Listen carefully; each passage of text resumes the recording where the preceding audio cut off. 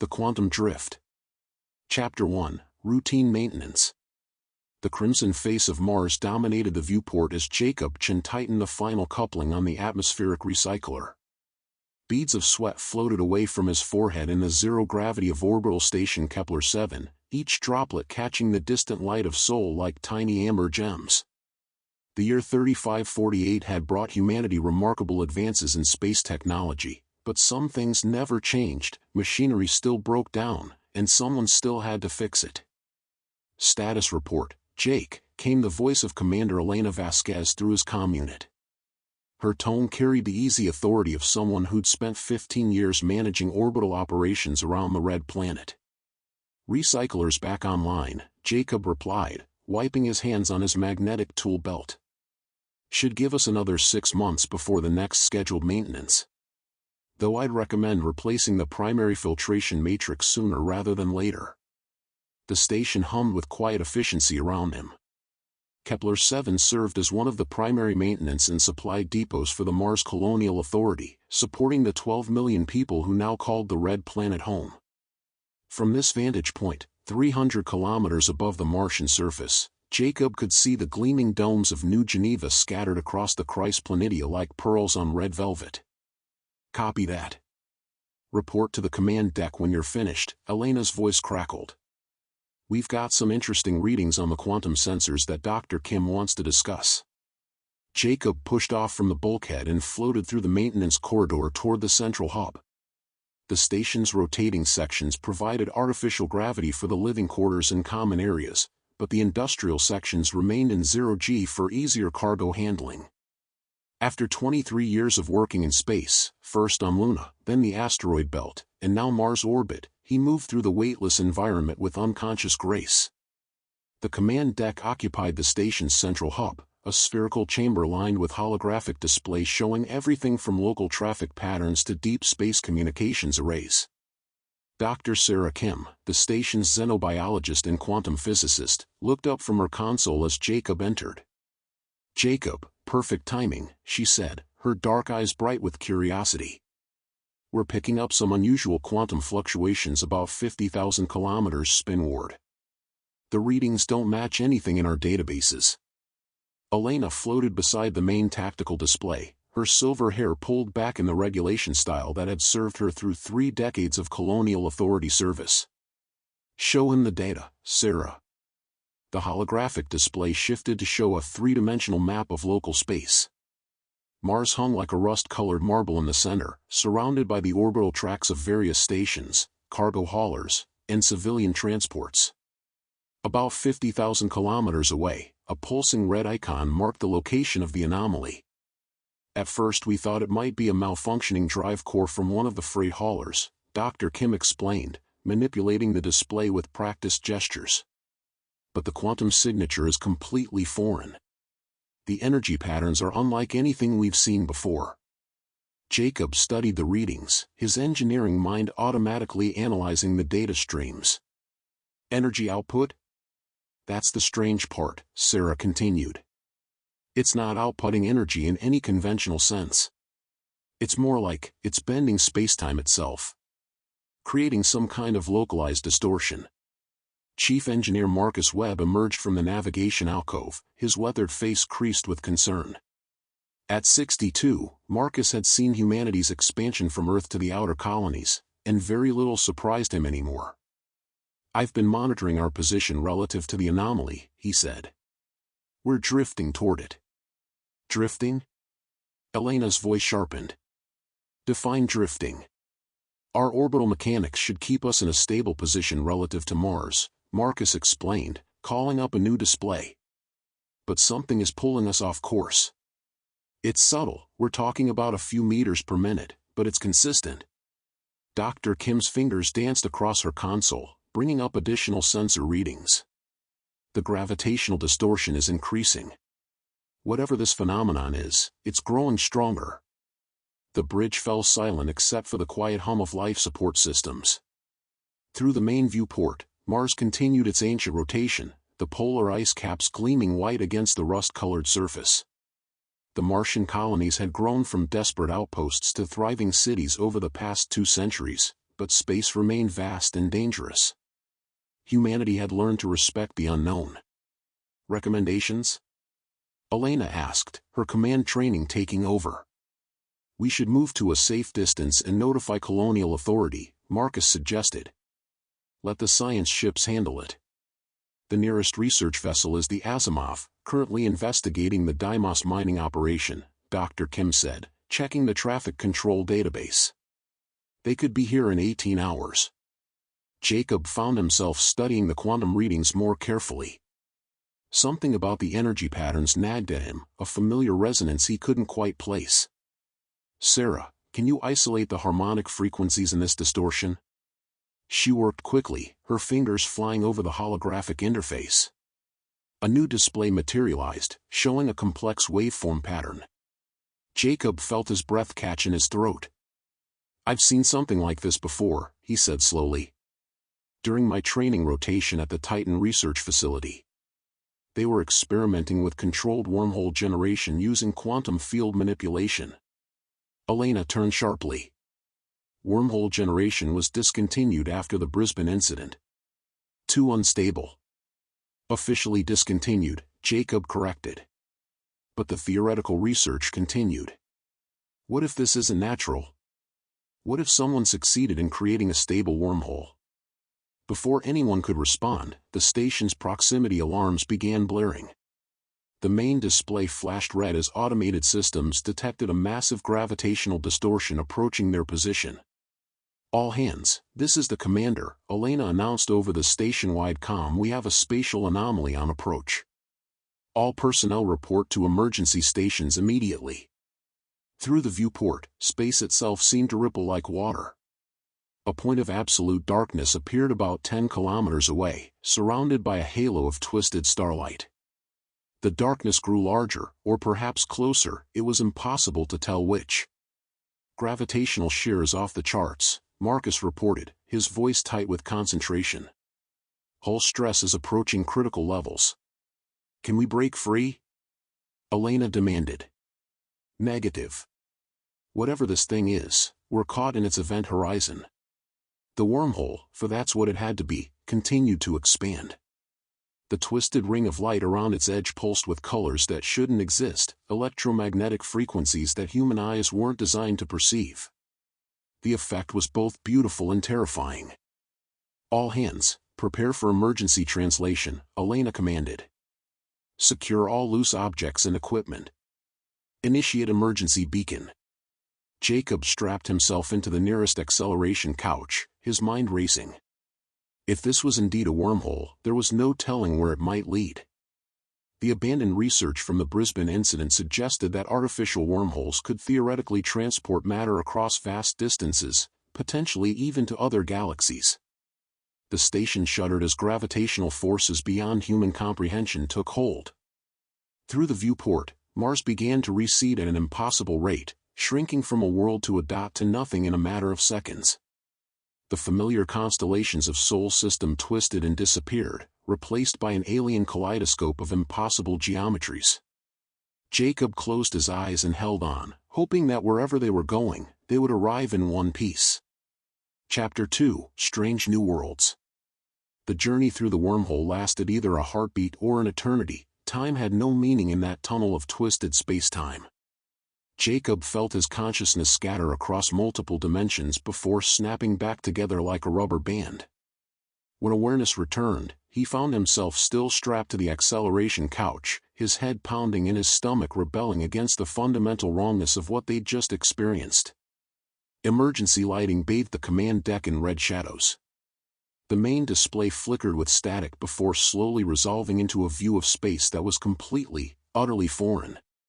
Where familiar stars should have been, alien constellations painted patterns across the cosmic dark. A massive planet dominated the lower portion of the display, not the rust red of Mars, but a world of swirling blue-green clouds and vast silver oceans. Status report, Elena's voice came out as a croak. She cleared her throat and tried again. All stations, report status. One by one, the crew checked in.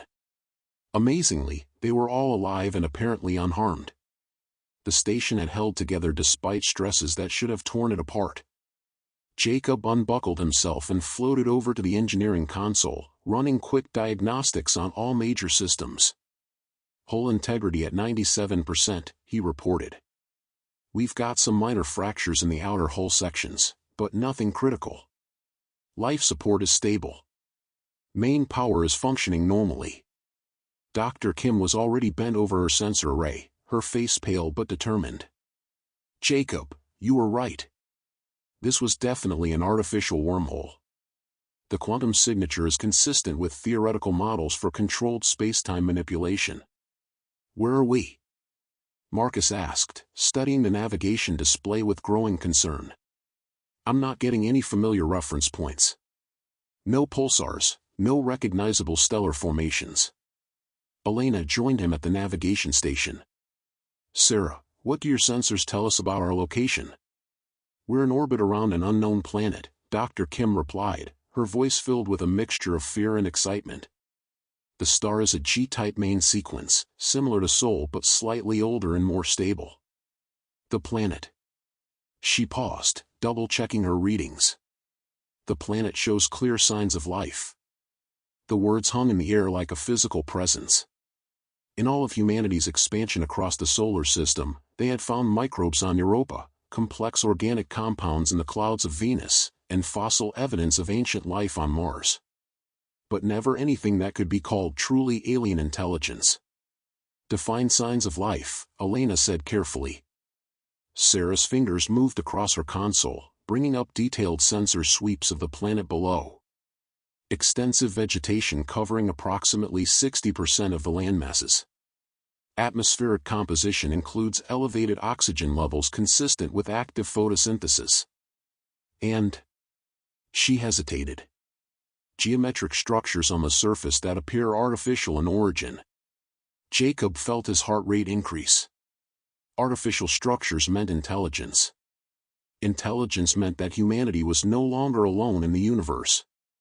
Show us, Elena commanded. The main display shifted to a high-resolution view of the planet's surface. Vast continents covered in what appeared to be forest stretched between silver seas.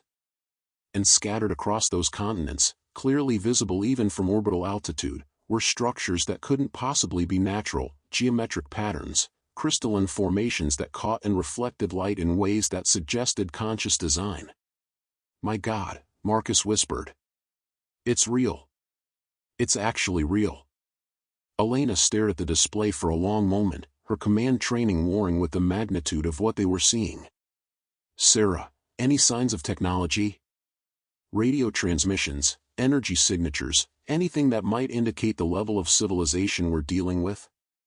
That's the strange part, Dr. Kim replied. I'm not detecting any electromagnetic emissions consistent with advanced technology. No radio signals, no industrial energy signatures. Whatever intelligence built those structures, they either don't use technology we'd recognize, or they're very good at shielding it. Jacob found himself studying the surface features more carefully. The structures seemed to be integrated with the natural landscape rather than imposed upon it. It was as if the planet's inhabitants had found a way to work in harmony with their environment rather than dominating it. Commander, came a voice from the communication station. Ensign Lisa Park, the station's communications officer, looked up from her console with confusion. I'm trying to raise colonial authority on the emergency beacon, but I'm not getting any response. In fact, I'm not picking up any human communications at all. The implications hit everyone simultaneously. They weren't just in unknown space, they were completely cut off from human civilization.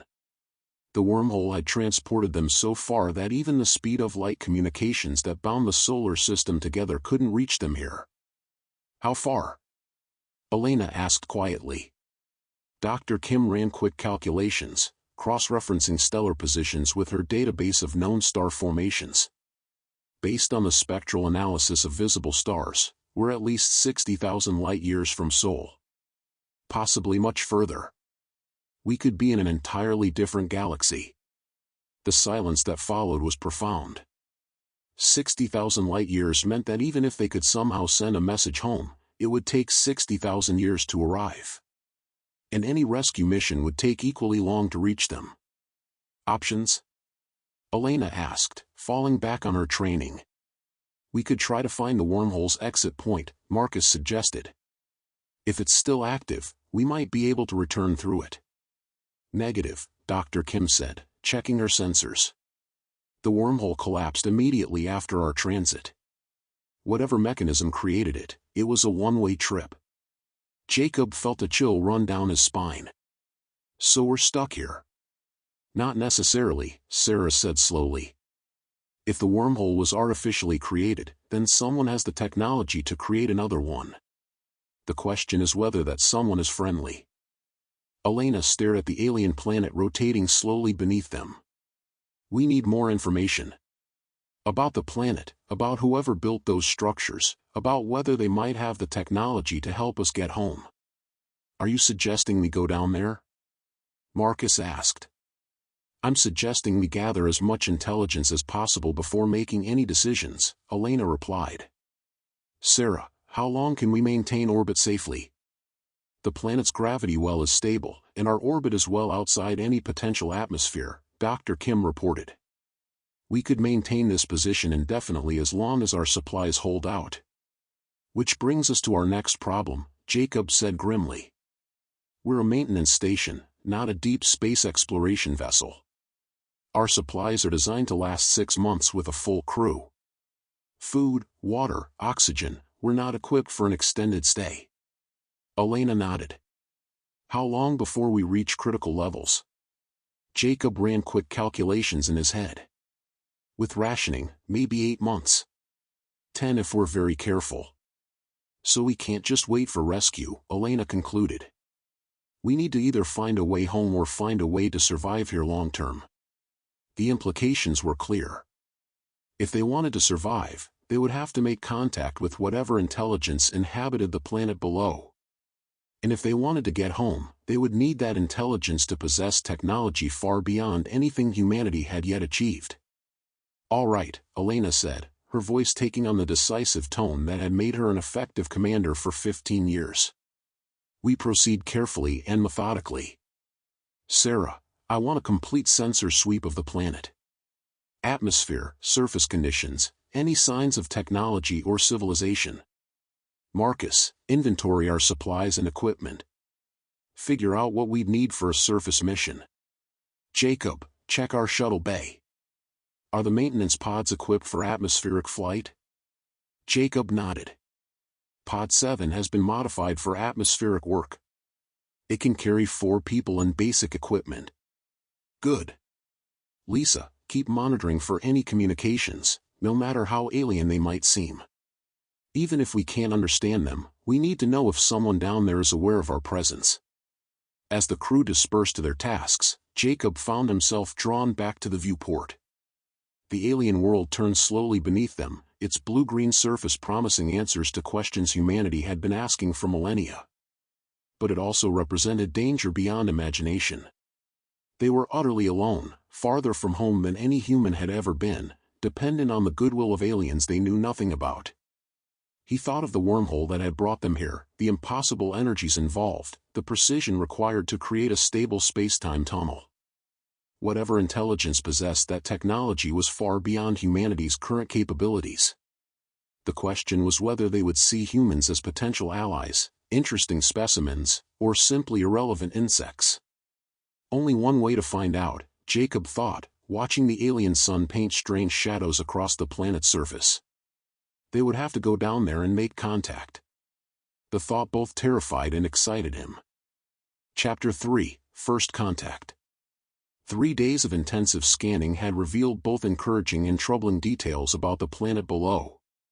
Dr. Kim had designated it Planet X1 for lack of a better name, though privately Jacob thought of it as Hope, because it represented their only chance of getting home.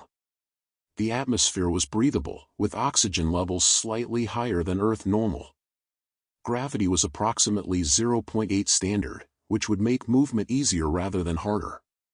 Temperature ranges were moderate across most of the inhabited continents. In purely physical terms, humans could survive on the surface. The troubling part was what they couldn't detect. Despite clear evidence of intelligence, the geometric structures were definitely artificial, and some appeared to be quite recent, There were no electromagnetic signatures, no industrial pollutants, no signs of the kind of technology that humanity associated with advanced civilization. It's almost like they've learned to live without leaving a technological footprint, Dr. Kim explained as the landing team made final preparations in the shuttle bay.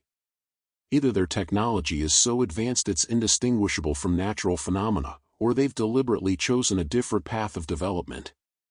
The landing team consisted of 4 volunteers, Jacob as the technical specialist, Dr. Kim as the scientist, Commander Vasquez for leadership and security, and surprisingly, Chief Engineer Webb, who had insisted his experience with first contact protocols from the early colonial days made him invaluable.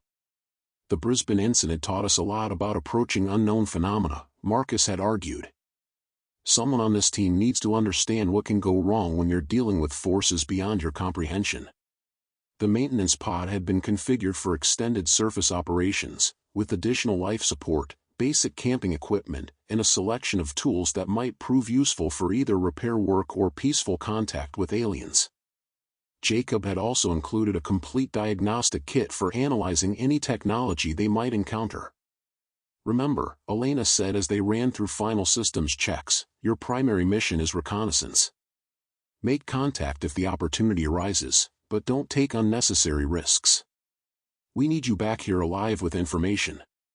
The pod's atmospheric flight systems were designed for maintenance work around Mars, where the thin atmosphere required careful maneuvering.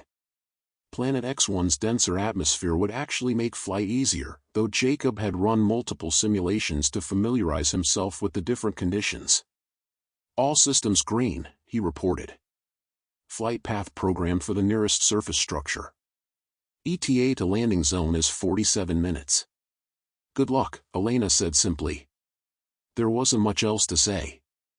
The pod detached from Kepler 7 with a gentle push of maneuvering thrusters.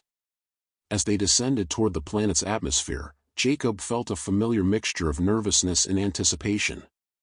He'd made atmospheric entries dozens of times during his career, but never into an atmosphere that might contain hostile aliens.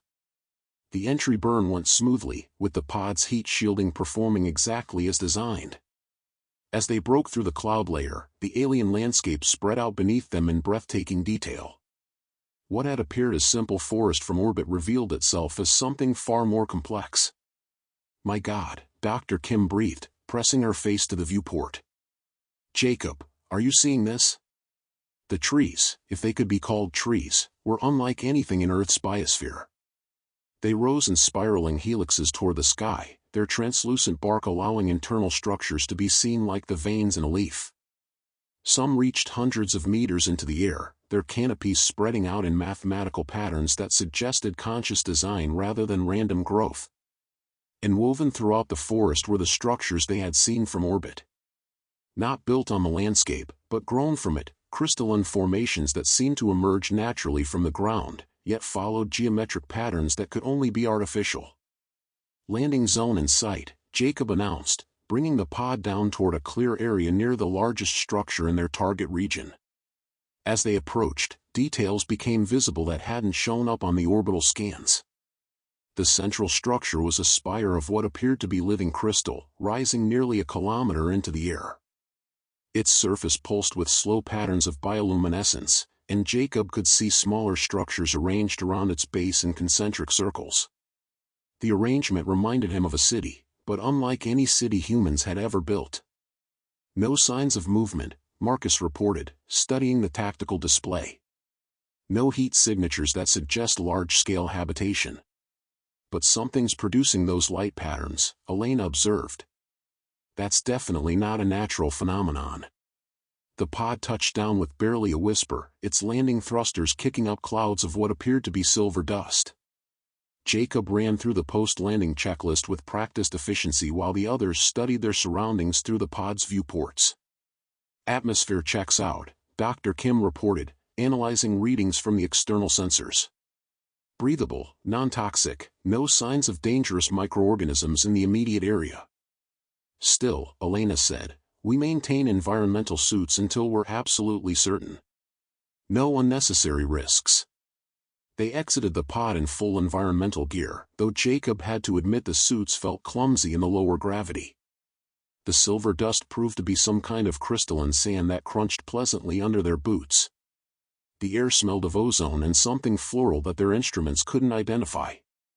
The central spire loomed above them like a frozen lightning bolt, its translucent surface revealing internal structures of impossible complexity. As they approached, the bioluminescent patterns seemed to respond to their presence, pulsing more rapidly and shifting toward the blue end of the spectrum. "It knows we're here," Dr. Kim said quietly. Before anyone could respond, the patterns suddenly stopped. The spire went completely dark for a moment, then lit up in a brilliant display that seemed to map the position of every star visible in the alien sky. The display held for several seconds, then shifted to show what was unmistakably a representation of their solar system, Sol at the center, the inner planets clearly marked, and a bright line extending from Mars' orbit to their current location. "It's been watching us," Elena said, her voice tight with tension. "It knew we were coming." The stellar display faded, replaced by something that made Jacob's breath catch in his throat. The spire now showed detailed schematics of their maintenance station, accurate down to the smallest structural detail. As they watched, the display zoomed in on specific systems, the quantum sensors, the communication array, the maintenance pod bay. "How is that possible?" Marcus whispered. Before anyone could answer, the ground around the spire began to change. The crystalline sand rose up in flowing patterns, forming shapes that resolved into humanoid figures. Not quite human, taller, more elongated, with features that suggested intelligence but not necessarily biology as humans understood it. One of the figures approached them, its movements graceful despite being made of flowing crystal. When it was about 3 meters away, it stopped and raised one hand in what was unmistakably a gesture of greeting. Jacob found himself stepping forward, despite Elena's sharp intake of breath behind him. The figure watched him approach, its crystalline features shifting into what might have been an expression of curiosity. "Hello," Jacob said, feeling slightly foolish but not knowing what else to do. "My name is Jacob. We come in peace." The figure tilted its head, studying him. Then, to Jacob's amazement, it spoke, not in words, but in a sound like wind chimes mixed with distant music. The meaning, however, was clear: "Welcome, travelers from the distant sun. We have been waiting for you." Chapter 4, The Keepers of Worlds. The translation came not through any technology Jacob could identify, but directly into his mind, a gentle presence that converted the alien communication into concepts he could understand. It was disconcerting but not threatening, like having a conversation with someone speaking a different language while a skilled interpreter whispered in your ear. "I am called Resonance of Growing Things," the crystalline figure continued, its form shifting slightly as it communicated. "Though your minds would find it easier to think of me as Reed. I speak for the cultivators of this world garden." "Reed," Jacob repeated, testing the name. It seemed to fit somehow. "I'm Jacob, and these are my companions. We're explorers from a world called Earth, and a system you showed us on that spire." Reed's form brightened with what Jacob interpreted as pleasure. "Yes, the living archive. It has watched your species for many cycles, recording your growth from scattered tribes to world shapers to starwalkers. You have developed remarkably quickly." Dr. Kim stepped closer, her scientific curiosity overriding her caution. "You've been watching Earth? For how long?" "Since your ancestors first looked up at the night sky and wondered if they were alone," Reed replied. "The archives monitor all worlds where consciousness first stirs, hoping to guide them away from the dark paths that lead to extinction." Elena's command instincts kicked in. "Guide them how? And who gives you the right to interfere with other species' development?" The crystalline figure's form flickered, and Jacob sensed a complex emotional response, sadness mixed with ancient grief. "We give ourselves that right because we have seen what happens when guidance is not provided. Come, let me show you why the cultivators exist, and why your arrival here was not an accident." Reed gestured toward the central spire, which responded by opening what appeared to be an entrance, or perhaps the entrance had always been there, and Jacob simply hadn't noticed it. The interior was even more impressive than the exterior, with walls that seemed to extend infinitely upward, lined with flowing patterns of light that carried information in ways human minds weren't designed to process. The living archive contains the history of 10,000 worlds, Reed explained as they walked deeper into the structure. Some achieved wisdom and transcended their physical limitations. Others destroyed themselves through war, environmental collapse, or technological hubris. A few, like yours, show promise but stand at a critical juncture. They arrived at what could only be described as a vast library, though the information wasn't stored in anything resembling books. Instead, pillars of living light rose from floor to ceiling, each one containing what appeared to be the complete record of an entire civilization. "This is incredible," Dr. Kim breathed, her scientific training overwhelmed by the scope of what she was seeing. "The amount of information stored here, it would take humanity centuries just to catalog it all." "Millennia," Reed corrected gently. "And that is only one of 12 archive spires on this world. The cultivators have been gathering knowledge for over 1 million of your years." Marcus had been unusually quiet, but now he stepped forward with the wariness of someone who'd seen too many first contact scenarios go wrong. "What do you want from us? Beings with this level of technology don't just invite random aliens into their archives without a reason." Reed's form shifted again, and Jacob sensed approval at the question. "Direct and practical. Your species shows wisdom in choosing its representatives. What we want is simple: we want your species to survive the next few centuries and eventually join the community of worlds that have learned to live in harmony with the universe." "And if we don't meet your standards?" Elena asked, her command training making her look for the threat behind the friendly words. "Then you will follow the path of the builders of vast machines, whose sun went cold when they tried to harness forces beyond their understanding. Or the devourers of worlds, who consumed their entire system in an endless hunger for resources. Or the mind slavers, who achieved perfect unity by destroying individual consciousness." As Reed spoke, the archive pillars around them shifted to display images of dead worlds, barren planets orbiting cold stars, systems stripped bare of all life, civilizations that had achieved incredible technological heights before destroying themselves through their own success. "But you mentioned that some species transcended their limitations," Dr. Kim said. "What happened to them?" "They became cultivators," Reed replied simply. "When a species achieves true wisdom, learning to balance individual growth with collective survival, technology with environmental harmony, curiosity with caution, they are invited to join us in shepherding younger civilizations." Jacob felt a chill run down his spine. "Are you saying that all cultivators were once like us? Aliens who proved themselves worthy?" "Not all. Some of us evolved here, on the first world, to achieve transcendence. But many joined us from distant stars, bringing the wisdom of their own unique development paths. The diversity of perspective is what makes the cultivator collective strong." Elena's military background made her focus on practical concerns. "How does this relate to our situation? We were pulled here by a wormhole that destroyed our navigation systems and cut us off from our home." Reed's form darkened slightly. "The wormhole was not random. One of our deep space monitors detected signs that your species was approaching a critical decision point. Your solar system shows evidence of sustainable development, your colonies work with their environments rather than simply exploiting them. But you also show concerning signs: weapons development that could sterilize worlds, experiments with forces that could tear holes in space-time itself." "The Brisbane incident," Jacob said quietly. "You're talking about the wormhole experiments?" "Among other things. Your species stands at a crossroads. Down one path lies transcendence and eventual membership in the cultivator collective. Down the other lies extinction, either through your own actions or through contact with less benevolent species that view younger civilizations as resources to be exploited." The implications hit everyone simultaneously. Humanity wasn't alone in the universe, but that wasn't necessarily good news. There were other species out there, some of which saw developing civilizations as prey rather than potential allies. "So you brought us here to test us?" Marcus asked. "To evaluate you," Reed corrected. "And to offer you a choice.